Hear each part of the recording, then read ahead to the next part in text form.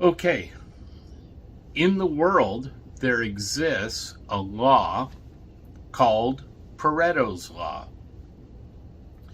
Pareto's Law states that work will expand to fill the time that's allotted for it. So in other words, if you have a tight deadline, the work will get accomplished within that tight deadline.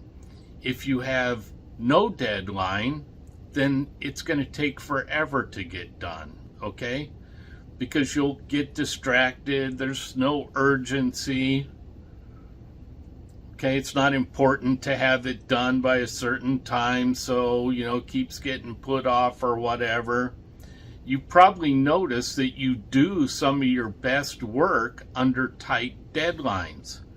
That's because you know that it has to be accomplished in a certain time period.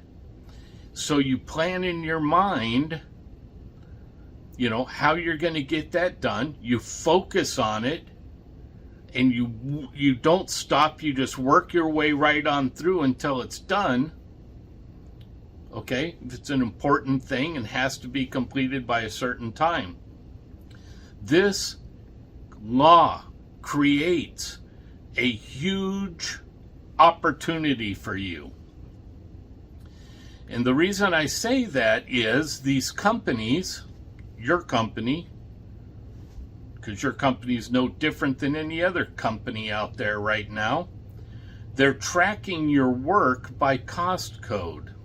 But the problem is when you're foreman, and I want someone to drop a comment right down there, right down here, if they have a foreman who tells them how much time they have to complete a task, okay, and I'm not talking about gut feelings, okay, gut feelings don't mean anything, and here's the deal, I tell people this all the time, don't believe anything that someone can't prove to you mathematically. Okay? So if your foreman says, here's the estimate, here's how many hours are for the work that I'm asking you to do, okay, here's the average labor rate. The average labor rate times these hours equals this dollar budget. If we divide that by your actual wage, now we know how much time you have to complete that work. Okay? Then you can believe it. That's math. That's simple math. But if he just says, you should have that done in 2 hours. Well, I'll tell you something about your foreman. The older he gets, the faster he was. Okay, he's a legend in his own mind. And he has no idea how long things should take. Okay, other than his own fantasy. Unless he's using the estimate to dictate these time frames. Okay, that doesn't happen in the world unless you're, either on Dennis Thomas's job or one of his students. So, a huge opportunity exists for you. What I'm telling you is, in your company's estimate, there is a ton of fluff because nobody is dictating time frames to workers on how long they have to complete tasks, so they're taking as long as they take. And they're tracking this data by cost codes. Okay, here's how much time we spent in this phase of construction, and it's all fluff because no one's telling these electricians they have deadlines called an estimate. So it is very simple to absolutely slaughter the hours in your estimate, and you're going to find out that I'm right, by simply telling people, here's what I want you to do, and here's how much time you have to do it. And if you succeed, you're a hero. And if you don't, you're costing the company money. Things are magically going to get done in these time frames. You're going to hit your numbers. So we're going to talk about writing realistic rolling schedules, which will delegate tasks to your workers with realistic time frames that are dictated by the estimate. Okay, but the first thing I want to do is I want to go over equipment, tools, and information.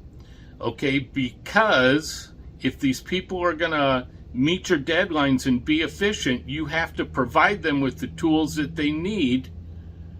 Okay, and included in that is material, equipment, tools, and any information that they need to get the job done. We need to provide all that to them and then assign them a task and give them a deadline. And you're going to find out that magic just suddenly happens. It just happens because of Pareto's law. Work will expand to match the time allotted for it. And when you shrink that time frame, that's still going to hold true. And you can play with that a little bit. In other words, once you make your first estimate and you match it to your company's labor hours that they give to you in your project, you can start screwing those numbers down a little bit. And Pareto's law will still hold true. At some point, when you start shaving hours off, okay, then nobody's going to be able to keep up. But for a certain portion of time, they will be able to keep up. And that's when you can find the production rate of your crew. Okay, let's take a look at how we're going to get the materials, the tools, the information to them. Then we're going to look at a 2-week rolling schedule that's going to dictate tasks and time frames. Okay, so when I built that project at the Tampa International Airport, we were pumping concrete up 6 stories at nighttime to cast columns and beams. And I was managing the project for the prime contractor, and I had a subcontractor that was pouring the concrete. That was their responsibility.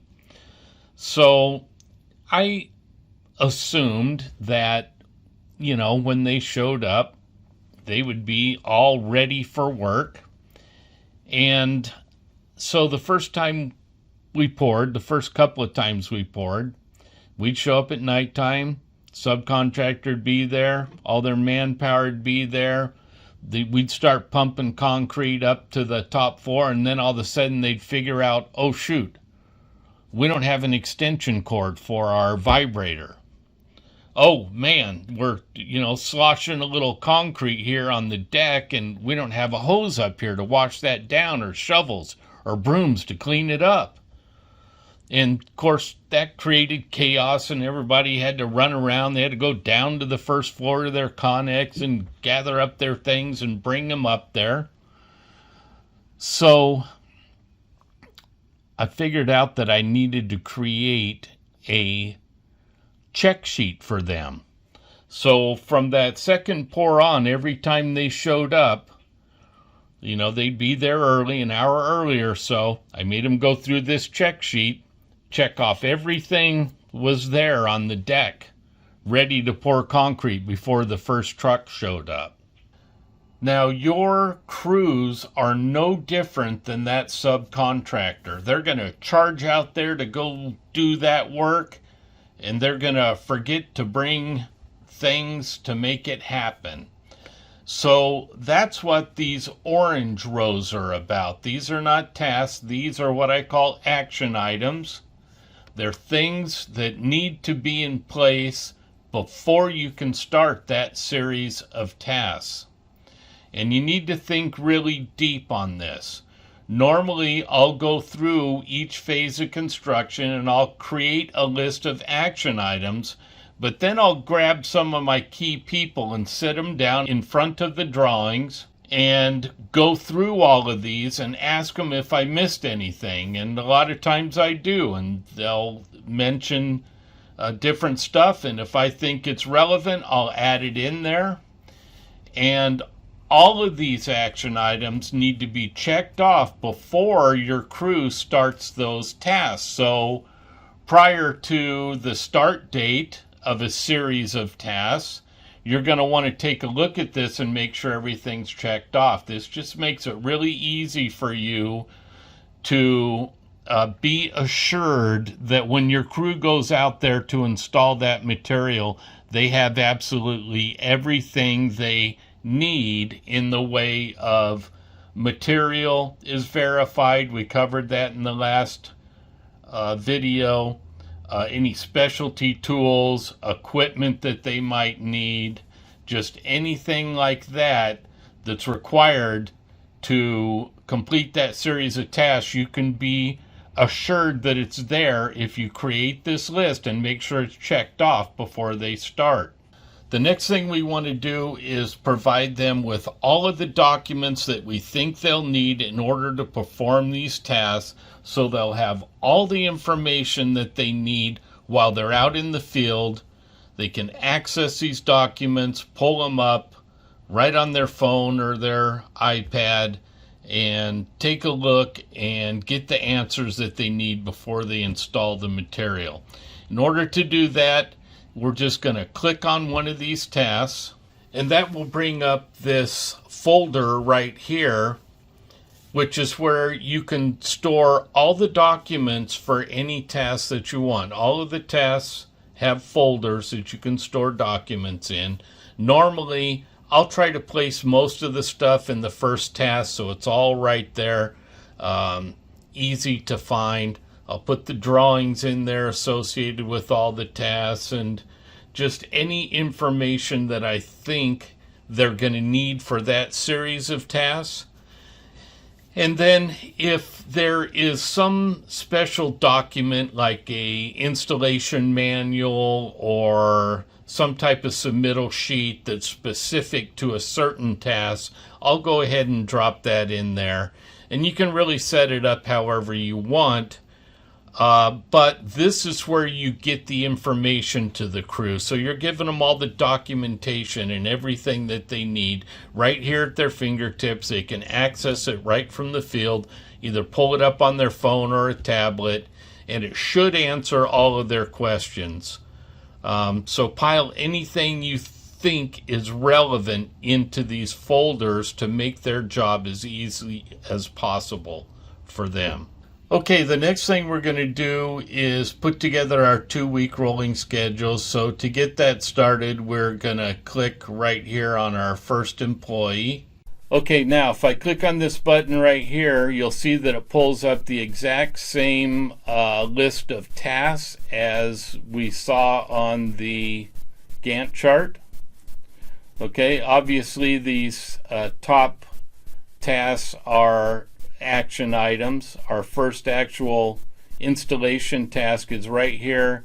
Tells us it's a 3-man crew, means I need to assign this same task to 3 people. Tells me when it's supposed to start. Okay, so to assign it, you just click on the task. It'll automatically assign it up here. If this worker was going to perform this task by himself, it's predicting 113.13 hours. Okay, so the program is looking at the hours that were estimated, and it's multiplying it by the average labor rate to come up with our task labor budget, and it's dividing it by this person's actual wage to tell him how long he has to install that material. So if I close this and open a new guy, and I'm just going to add a row here.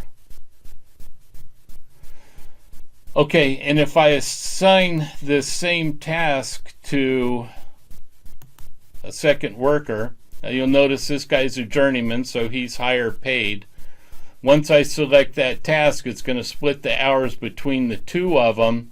It's going to blend the higher wage and the lower wage. Sorry, I selected the wrong phase of construction there. And it's going to change the hours to match their combined wage. So it's averaging their labor rate, and it's doing the math again. Now between the two of them, they only have 84.93 hours. I'm just going to slide this over a little bit, and I'm going to delete that entry. I'm going to come back up here to the first guy. I'm going to assign the rest of his tasks to him. He's part of the underground feeder crew, so those are his tasks. I'm going to close this right here. Then I'm going to actually clone this schedule over to 2 more workers. So this is going to be my source schedule, and I'm going to include this person and this person in that work. And I'm going to confirm that. Once I do that, you'll see that I've actually put together 2-week schedules for 3 workers here. So I'm going to go ahead and do the same thing for the last 3. Let me just close these up.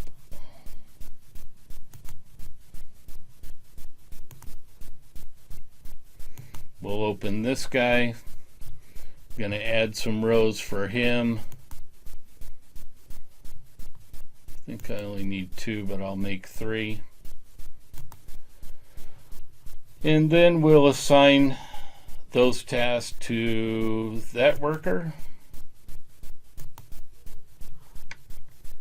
Close this back up.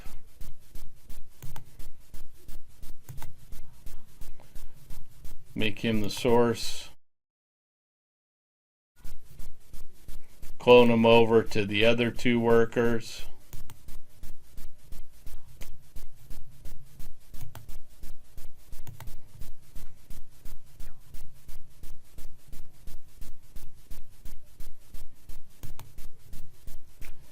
And now our 2-week schedule has been created for all 6 of our workers.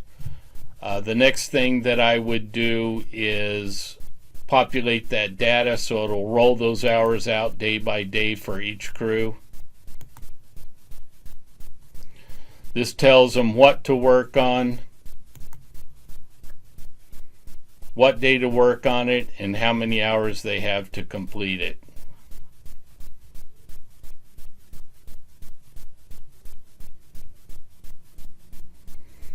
Okay, so we just wrote 2-week rolling schedules for a crew of 2 crews of 3. Now, this is where we're kind of crossing the threshold.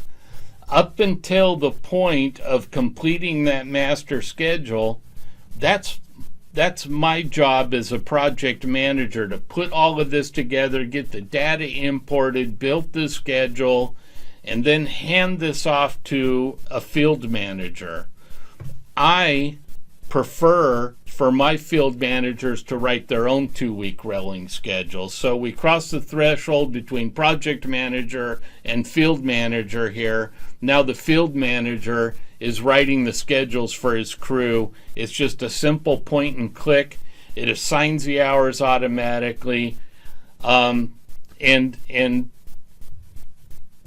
they're ready to go to work, basically. This is adjustable, just like the Gantt chart, for the days and the hours. And also, if we go into here, you'll see it's got that same list of drawings and information that they need to perform those tasks. So they can actually access that same list right from their 2-week rolling schedule. Okay, so now we know how to write 2-week rolling schedules and deliver the equipment, tools, and material and information that our crews need to get things done. And I am telling you that things magically happen when you assign a task to a worker with a deadline. It just happens. It's like all of a sudden you're a prophet or something. You're predicting completion dates and completion times, and they're realistic and they happen. It just happens. So, you know, you need to go through my free training. The link is down below. Sign up for the advanced foreman training. We'll go through the software that we looked at today, all side by side, right alongside you. Build a mock project. Then I'll help you get going on your own project. And you're going to find out that I'm right about this. You're going to become accurate. Things you say, when you say, you know, this will be done by this time, it's going to magically happen. And you'll start meeting your budgets, beating your budgets. Your schedules will complete on time. Okay? Things will just magically happen. And you're welcome to prove me wrong. All right, I appreciate you guys. Hey, I included a link down below for Holmz Law. That's a great site. You need to look at it. That guy teaches a lot of really cool stuff. So surf on over there to his, sorry, it's not his website, it's his YouTube channel, and take a look. He's a great guy. Thank you.